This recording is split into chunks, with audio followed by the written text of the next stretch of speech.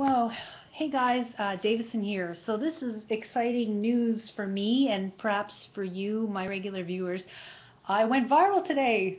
Finally, I was featured on Elite Daily, BuzzFeed, Bro Bible, and who else? My brain hurts. Just I've been receiving so many messages that like I'm reeling, and I still put out a segment tonight, as you can just see, about Kanye West, despite the fact that I went viral today for my video. I didn't even explain which video.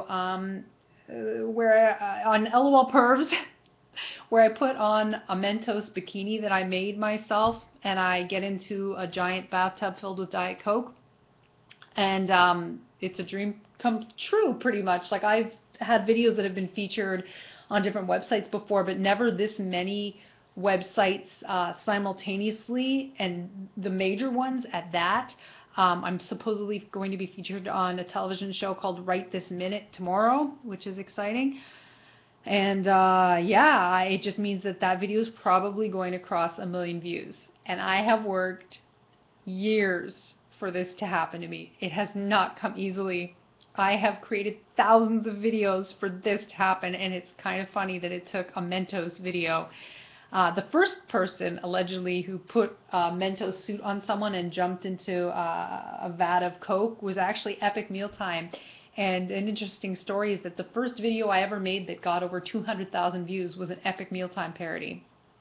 So it's kind of interesting that I've come full circle years later. But all this press coverage is a direct result of me having, I won't say one of my secrets. Well, I did something, I pushed it a few places, as well as I wrote to journalists. I have a new system that I've developed, or standard I've developed for my software, and I'm like, you have to email at least 5 journalists a day for your work on LOL Pervs, or your good work, because otherwise you're making videos and people aren't necessarily going to find them on YouTube. So you have to make that effort, even if you hear nothing from the journalist, which is the norm.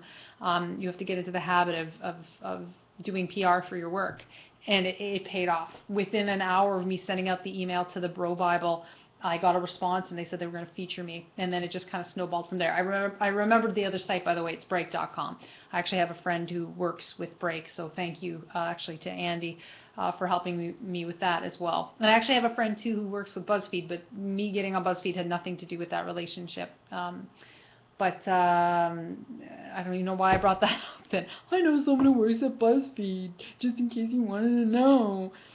But all let's say is I did not think it was going to be this stupid video, right? Of all the videos I've made, I think, some very deep and touching stories with my series, This Modern Life. I completed 100 different jobs. I did political activism on this channel against people who are anti-Anglophone living in Quebec.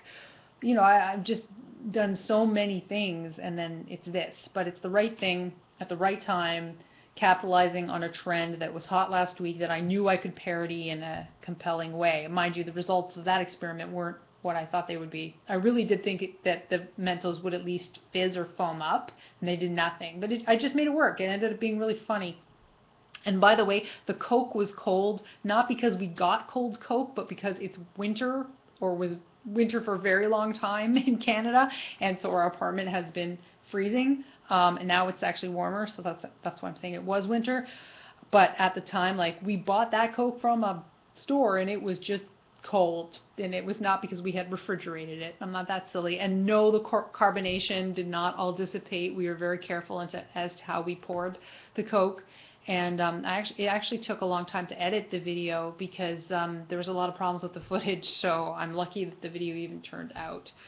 And yeah, so I'm so excited, and now I have to think up another good idea, because it's not going to be just good to go viral once. I have to keep up the series and keep up the quality content that people want to watch. Doesn't mean that it's intelligent content, doesn't mean that it's groundbreaking, it just means that it's entertaining.